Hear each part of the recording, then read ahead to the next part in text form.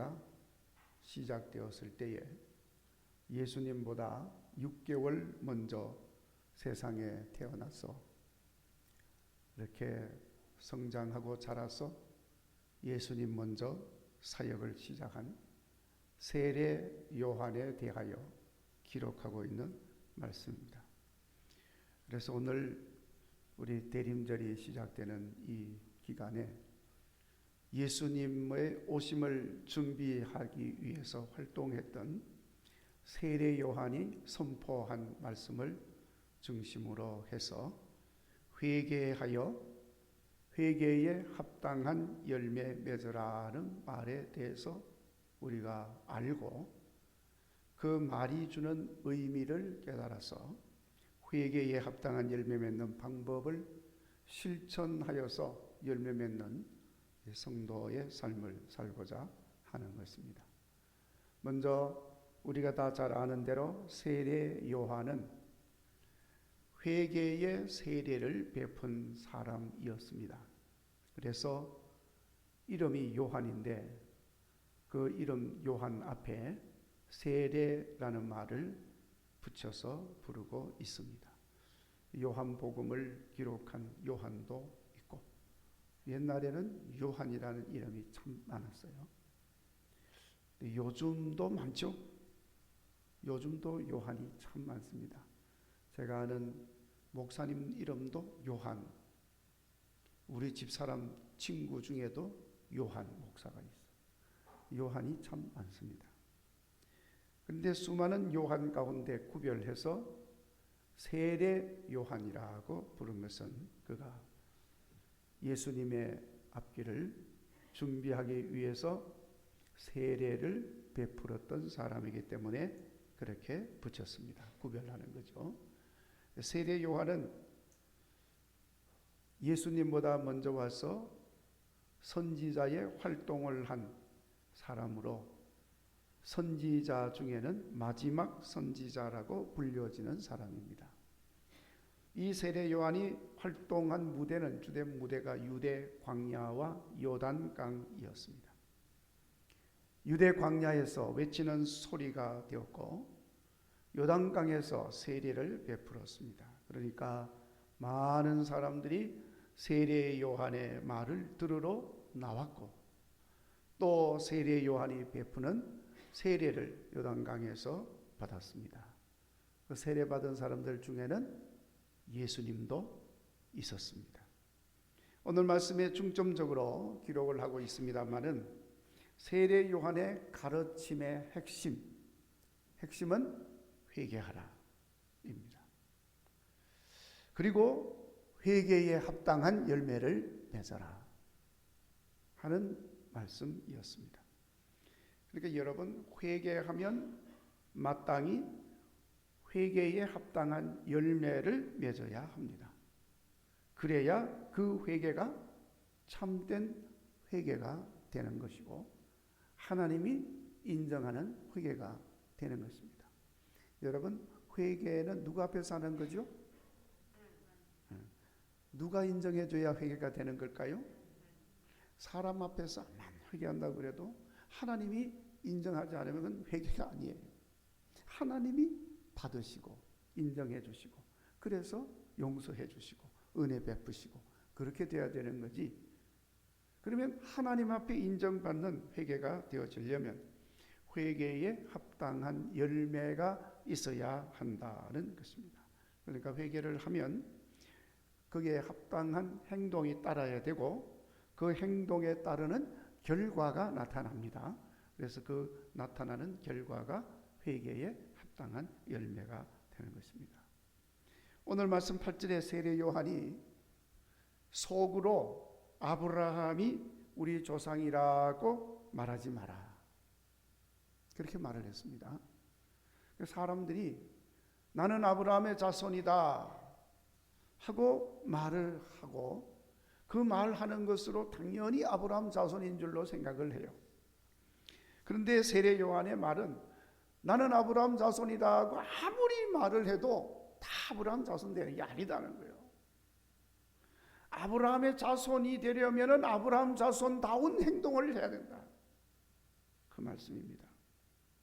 삶은 저 이방인의 삶과 조금도 다를 것이 없이 살면서 나는 아브라함 자손이다 한다고 아브라함 자손 되는 게 아니라는 것입니다. 여기서 아브라함 자손이라고 하는 말은 다른 말로 하면 하나님의 자녀, 하나님의 백성이라고 하는 의미를 가지고 있습니다. 그러니까 하나님의 자녀가 되고 하나님의 백성이 되는 것은 하나님 백성다운 삶을 살아야 되는 거예요. 우리말로 하면 나는 그리스도인이다 하고 말한다고 다 그리스도인 되는 게 아니라는 것입니다. 그리스도인다운 삶을 살아야 그리스도인이고 예수님의 제자다운 삶을 살아야 예수님의 제자가 된다 하는 것입니다. 예수님께서 하신 말씀 있죠. 아멘 아멘 한다고 다 천국 가는 게 아니다 그랬잖아요. 같은 말입니다. 그러므로 아브라함의 자손이 되고 하나님의 자녀, 하나님 백성이 되고 그리스도인이 되기 위해서는 하나님 백성답게 살아야 하는데 그렇게 살지 못한 것을 회개하고 그리스도인으로서의 삶을 살지 못한 것에서 돌아서서 하나님 자녀의 삶을 살아야 하는 겁니다. 그렇게 살지 않으면 9절 말씀에 이미 도끼가 나무 뿌리에 놓였으니 좋은 열매 맺지 않는 나무마다 찍혀서 불에 던져지리라 하고 말을 했어요. 심판받는다는 것입니다. 불에 던져진다는 말은 지옥불에 던져진다는 거예요. 그러니까 무조건 회개해야 합니다. 잘못된 삶에서 돌아서서 바른 삶을 살아야 합니다. 참된 회개의 삶을 살아야 하는 거지요. 자, 그러면 그 참된 회개의 삶이라고 하는 것은 무엇이고 그 삶은 어떻게 사는 겁니까? 오늘 말씀 10절에 세례 요한이 회개하고 회개 없다는 열매를 맺어라 하고 말을 하니까 그 세례 요한의 말을 들으러 나왔던 사람들이 그 말을 듣고 다 세례 요한에게 질문합니다. 그러면 우리가 어떻게 하여야 합니까? 어떻게 하면은 회개에 합당한 열매를 맺을 수 있습니까? 이런 질문이죠. 그러자 세례 요한이 하는 말입니다. 회개에 합당한 열매 맺는 삶 살기 위해서는 먼저 11절 뭐라고 그랬죠? 11절에 대답하여 이르되 옷 두 벌 있는 자는 옷 없는 자에게 나눠줄 것이요 또 먹을 것이 있는 자도 그렇게 할 것이니라. 여러분 옷 두 벌 다 있죠? 김건실 권사님 옷 두 벌보다 더 많은 것 같은데 나눠줘야지. 근데 어떤 사람이 그런 말을 요즘 옷 없는 사람이 어디 있습니까? 그 말도 맞는 말이죠. 옷 없는 사람은 우리나라 옷이 참 제품 질도 좋고요 싸고 너무너무 싸요. 물론 어마어마하게 비싼 옷도 있지만 난 그거 도대체 그런 돈을 주고 그런 옷을 왜 사 입는지 난 이해가 안 되는 사람인데 뭐 돈 많은 사람은 뭐 그렇게 살긴 하겠죠.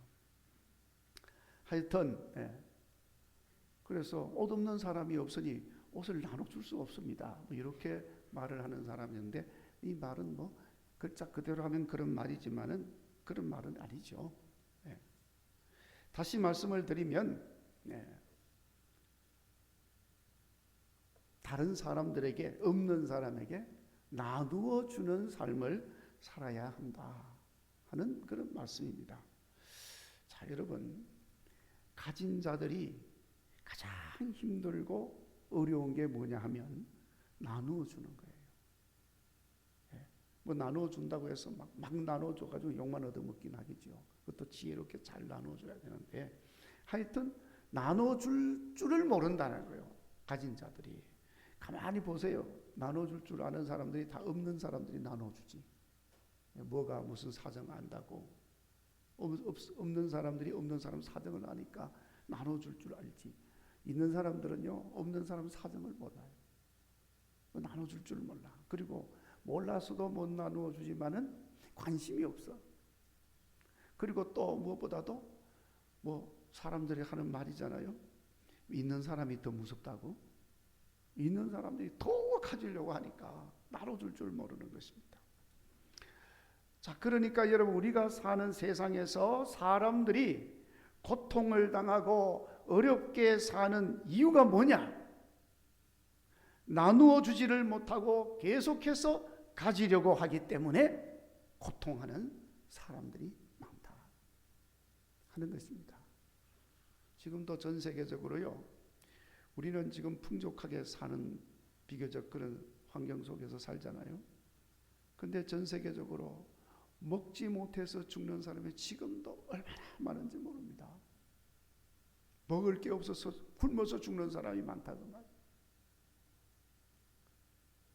어른들은 그래도 굶어도 이렇게 저렇게 어떻게 살지만은 어린 애들은 먹을 것이 없어서 그냥 죽어가는 거예요.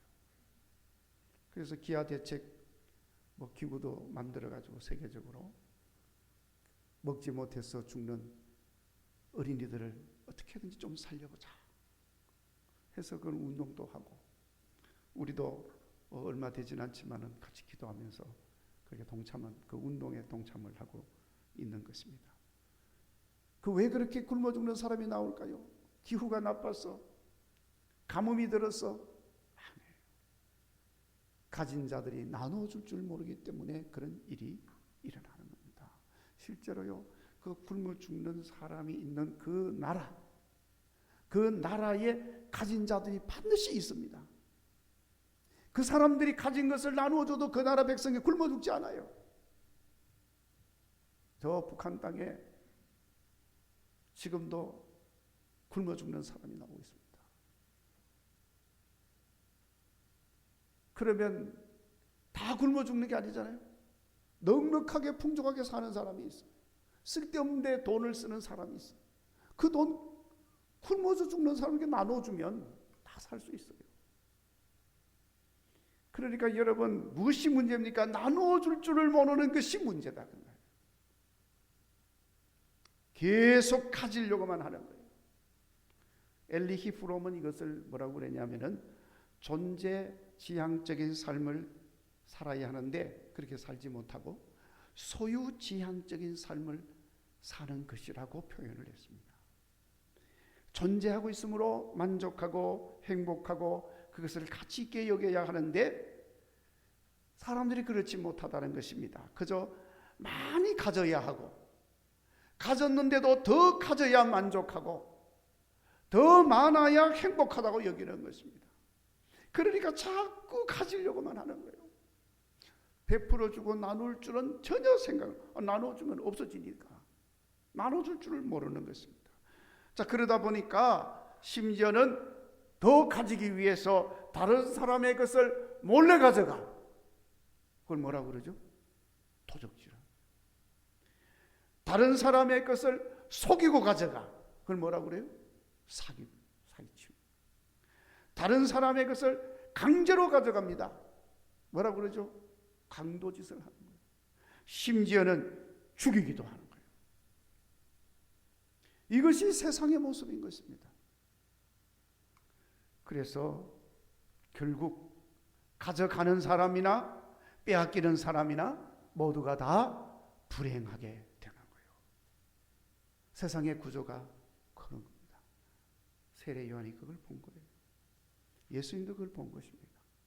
어떻게 하면 세상이 행복한 세상이 되고 이 세상이 평화로운 세상이 될까? 나눠줘라. 나눠줘라. 콩 한 조각도 나눠서 같이 나눠 먹고 나눠 먹자. 그러니까 가지려고 하고 소유하려고 하는 삶을 버리고 그런 삶에서 돌아서서 회개하는 겁니다. 이제는 가진 것 없는 사람에게 나누어 주는 삶을 사는 것입니다. 그것이 회개에 합당한 열매 맺는 삶인 것입니다. 움켜쥐기만을 고집하던 사람이 자기 주머니를 열고 움켜진 손을 펴고 그리고 없는 사람에게 나눠주고 베푸는 삶을 사는 것입니다. 이것을 우리 예수님은 사랑의 삶이라고 말씀을 하셨고 천국 백성의 삶이라고 말씀을 하셨습니다. 여러분 이제 이 대림절에 이렇게 나누면서 사랑을 실천하는 회개에 합당한 열매가 여러분의 삶 속에 있어지기를 바랍니다. 그리고 두 번째 회개에 합당한 열매 맺는 삶은 세리들에게 한 말입니다. 13절 말씀에 그 세리들이 우리는 그럼 어떻게 해야 합니까? 하고 물어서 답변하기를 부과된 것 외에는 거두지 마라. 당시 대부분 세리라는 것은 세무 관계에 종사하는 관리를 말합니다. 그러니까 정해진 세금을 거두어 드리는데 그 세금은 거두어 들여 가지고 로마 황제에게로 보냅니다. 그리고 또 거두어 들인 세금의 일부는 총독의 급여로 줍니다. 그리고 공무원들 급여 주고 세리의 급여도 그 거두어 들인 세금에서 이렇게 주는 거예요.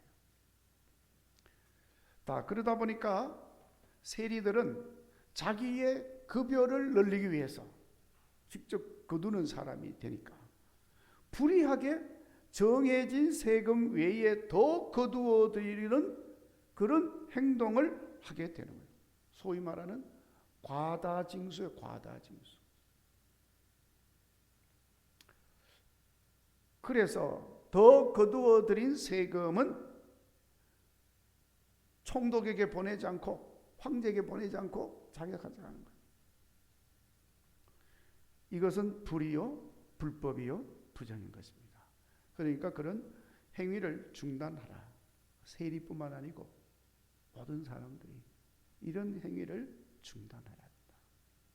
정해진 세금만 거두어 들여서 의롭게 하고 법대로 하고 바르게 하라. 바르게 하라.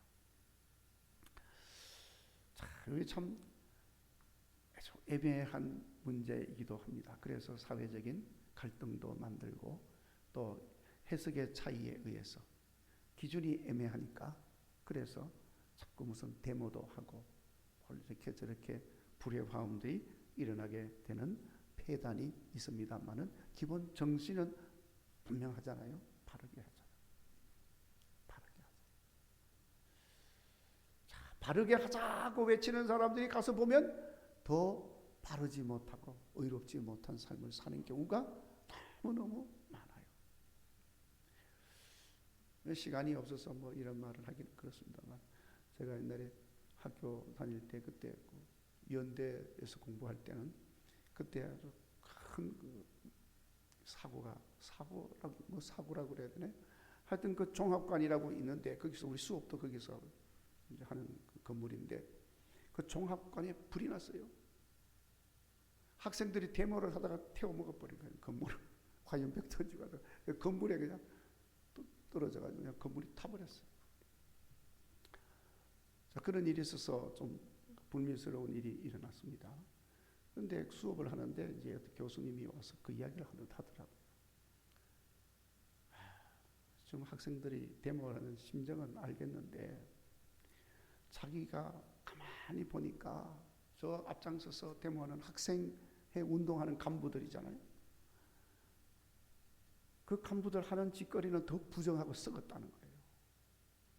그럼 무슨 말인지 처음에는 잘 몰랐는데 설명을 하는 거예요. 교수니까 이제 알겠죠. 우리는 잘 몰랐어요. 교수가 이니까 아는 거죠. 그냥 온통 불법 불이라는 거야. 학생 간부들이 학교 앞에 식당들 무슨 이렇게 가게들이 많잖아요. 그거 다 이렇게 돈 뜯어먹는다는 거예요. 돈 좀 이렇게 안 도와주면 기부금이죠. 일종의 기부금. 그거 안 주면 그 가게에 불매운동 해버려. 그럼 울며 겨자 먹기식으로 그 가게 학생회에다 돈을 내야 돼. 기부금을 내야 돼.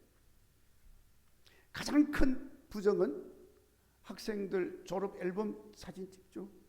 앨범 만들잖아요. 저도 그때 앨범 만들었어요. 그리고 앨범 하고 사진도 찍고 이렇게 해가지고 이제 주면 앨범 이제 가게에서 이제 자기가 그걸 맡으려고, 자기가 운영하는 가게에서 그 앨범 하나 맡아보려고. 근데 그 앨범 제작은 누가 하느냐면 학교에서 하는 게 아니요, 학생회에서 주관을 해요. 그거를 학생회에서 막 데모해가지고 그걸 학교에서 하던 걸 뺏어가는 거예요, 자기들이. 그런데 그거를 그냥 자기한테서, 우리한테서 그 앨범을 맡겨주세요, 우리가 앨범 잘 만들어줄게요, 말로만 그런 이야기예요. 그런 이야기. 그러니까 자기가 맡으려고 학생회 간부들한테 막 로비를 하는 거야. 그렇게 해가지고 엄청난 돈을 만듭니다. 그러니까 그 교수님 이야기가요, 이 학생들이 바르게 하자고, 정의로운 사회 만들자고 데모를 하고 난리를 피우면서 자기들이 더 부패했다는 거예요. 그러면서 막 화가 나가지고 막 열변을 토하는 걸 제가 들었습니다. 제가 뭐 현장판 확인한 건 아니지만은, 저는 뭐 학생회 활동하는 거 저런 거 전혀 관심 없이 학교를 다녔습니다만은 그렇게 잘 모르죠. 근데 하여튼 그렇다는 거야. 다시 말씀을 드리면 뭘 말씀드립니까? 이 사회가 온통 불법, 부패해져 있다는 거예요. 그러니까 바르게 하자. 바르게 사는 그것이 회개에 합당한 열매다. 그러면 사회가 바른 사회가 되고 건강한 사회가 되겠죠. 데모 안 해도 우리 스스로 모두가 다 바르게 살면 바른 사회가 되는 거예요. 행복한 사회가 돼요. 와 떠들지 말고 나부터 먼저 바르게 살자고 말이에요. 떠드는 시간에 바르게 살면 떠들라고 말이죠. 교통체증 만들죠. 가게들 장사 못하게 만들죠. 다 짜증나게 만들죠. 불쾌지수가 막 올라가죠. 그 사회적인 큰 마이너스인 것입니다. 그거 할 시간에 바르게 살면 돼. 바르게. 그러면 바른 사회가 정착이 되어져요. 불의한 사람이 자리를 잡지 못하고 불의한 사람이 있을 수 없도록 바르게 모두가 다 살면 되는 겁니다. 세례 요한은 그것을 지금 이야기하는 것입니다. 그게 회개에 합당한 열매 맺는 삶이다. 자, 그러니까 또 그 옆에 있던 군인들이 또 세례 요한에게 우리는 어떻게 살아야 됩니까? 어떻게 해야 회개에 합당한 열매를 맺습니까? 군인들에게 세례 요한이 준 말입니다. 14절 우리 같이 한번 볼까요? 군인들도 물어 이르되 우리는 무엇을 하리까 하매 이르되 사람에게서 강탈하지 말며 거짓으로 고발하지 말고 받는 급료를 족한 줄로 알아라. 받는 급료로 족한 줄을 모르기 때문에 거짓으로 고발을 하는 거예요. 왜? 뭐 좀 돈 좀 더 뜯어먹으려고. 강탈을 하는 겁니다. 힘이 있으니까. 그거 하지 마라. 그러니까 암만 잘못했습니다. 말만 하지 말고 실제로 그런 짓을 중단하고 그렇게 하지 마라. 군인들은 힘을 가진 사람을 말하는 겁니다. 무기를 가지고 있잖아요. 무장을 했잖아요. 그리고 무장을 하고 있으니 뭐 훈련도 하니까 힘이 있잖아요. 그러니까 그 힘을 가지고 나쁘게 사용을 하는 거예요. 원래 그 힘은 왜 준 걸까요? 군인들에게 왜 총을 주고 왜 무기를 주고 힘을 기르게 하고 그렇게 할까요? 백성들의 생명을 보호하고 백성들의 재산을 보호하고 나라를 지키고 이렇게 하도록 힘을 준 거예요. 그런데 주어진 그 힘을 가지고 보호하기는 그냥 강탈하고 빼앗아가고 무고하게 괴롭게 만들고 이렇게 그 힘을 잘못 사용하고 있는 것입니다. 그러니까 주어진 힘을 남용하고 오용하고 악용해서 자기 배만 불리려고 하는데 그거 회개하라.